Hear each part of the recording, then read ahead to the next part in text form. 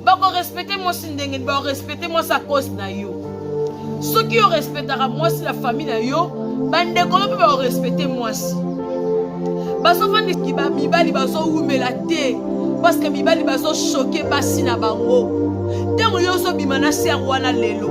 Ser wana lingi yo wana lokote. Olala kapa na bino. Ata fouchette aux alangote. Lelo ba prière moi si wana ba faire moi si wana nzamba otomboli yo. Okomi na position songolo pakala. Et comme yete. Au moins de okota mabe na kata ndako pa maladi kidi.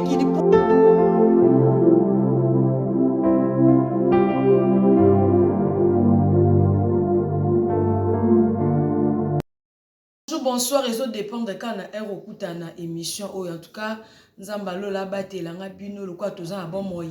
Il y a un monde qui a mutuya, ils ont richesse au col, la pessinga la bino parce que paiement. Ah, si vous avez la paiement, ils ont ngolo ko te pas nzambe. En tout cas, famille n'a la carte internet, ils kamba soni paye à passe. Ba ocho benga ngai donc tous a tongo ah pas la biso tous a sopé 6h, donc on va à 7h moins. Ba benga nga depuis 5h.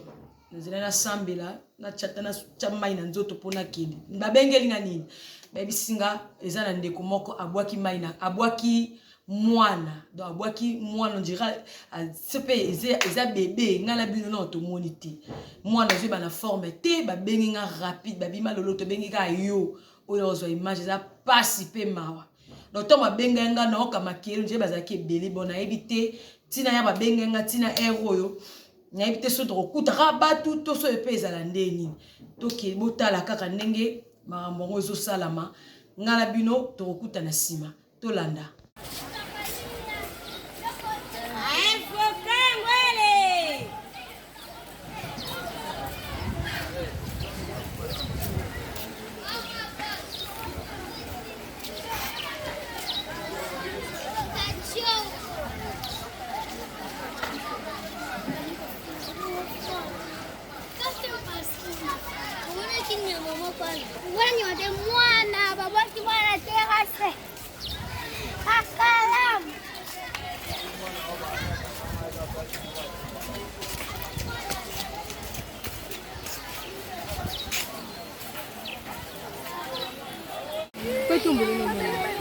Amélie Maï. Asa moi. Libota bote moni confusion.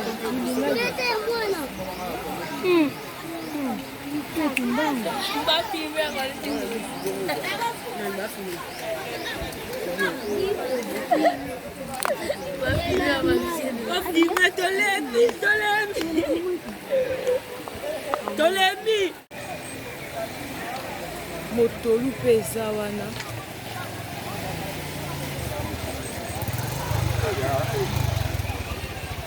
Motolu yango wana, na cordon yango wana.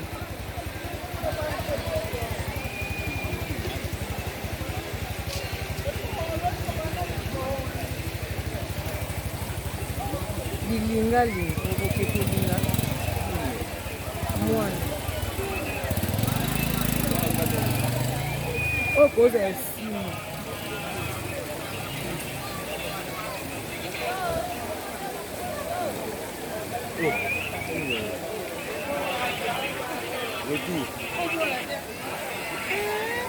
Eh, 16h.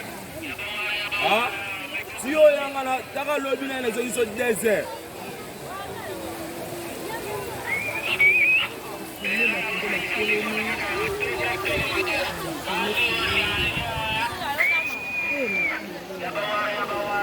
Mana?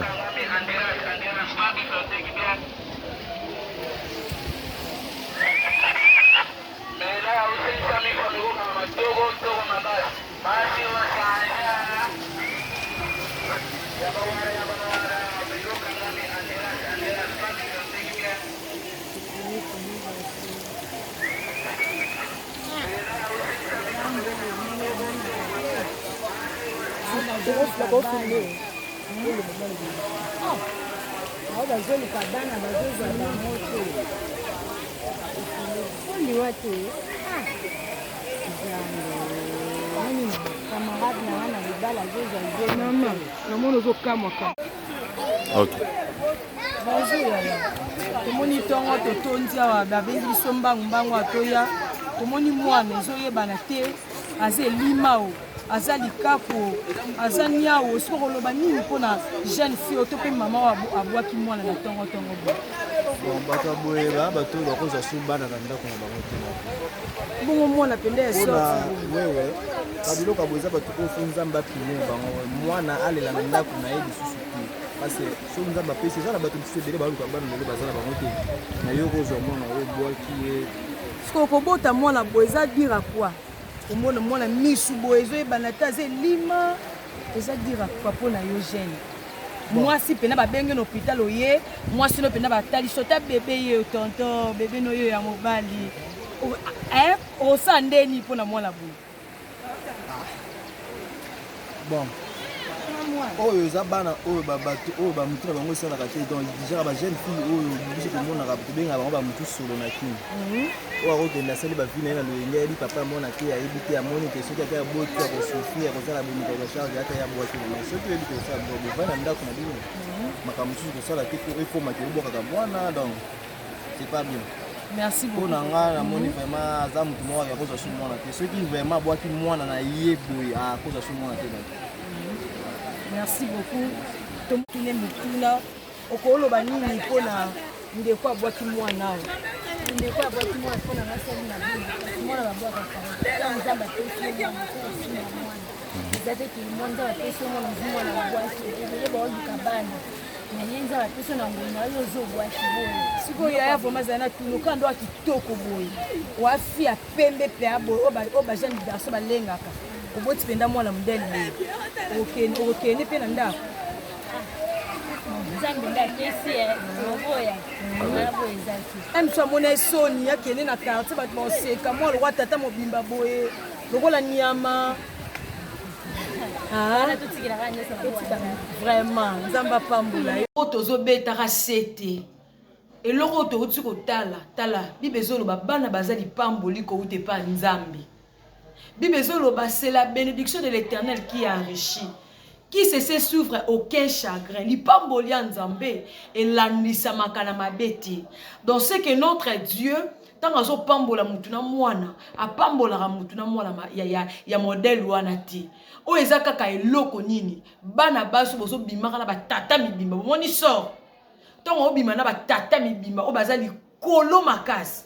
Peto ngozo bimala mibali ya batu botika ko bimala mibali ya batu bandeko yo tongo moni ke na olia mbongo na ke na o poeta na ke na Beatrice na ke na boye po na za na temps fendi kabelo nini boye ngo za vite fona lata ka griffe na lata kitoko so pe na sepesa miso ya batu yaya ozo sepesa miso ya batu lelo lobiso ko kufi molimo neke wapi bato to sepelisa wana ba olano na kata cercueil tango okuta yo na mokeni na asambisa yo ba ona banda ko sepelisa la ta fendi ba ozala te bandeko to tambola malamu botika mibala batu yo tango ozuze mamuni ozuze mamobala batu yebisika nyoka mana mobile no ozalaka te tango nyoka mina mobile na yo kike likango moko azana se mobile na nga kote li retraite akote le mangenge ka ba sorte ya biloko ala nde robota botika mibali ya batu botika kobima na batata mibimba botika viana eza malamu te bandeko basi mutu asala eloko wana ko ezaka elenge o anviyaki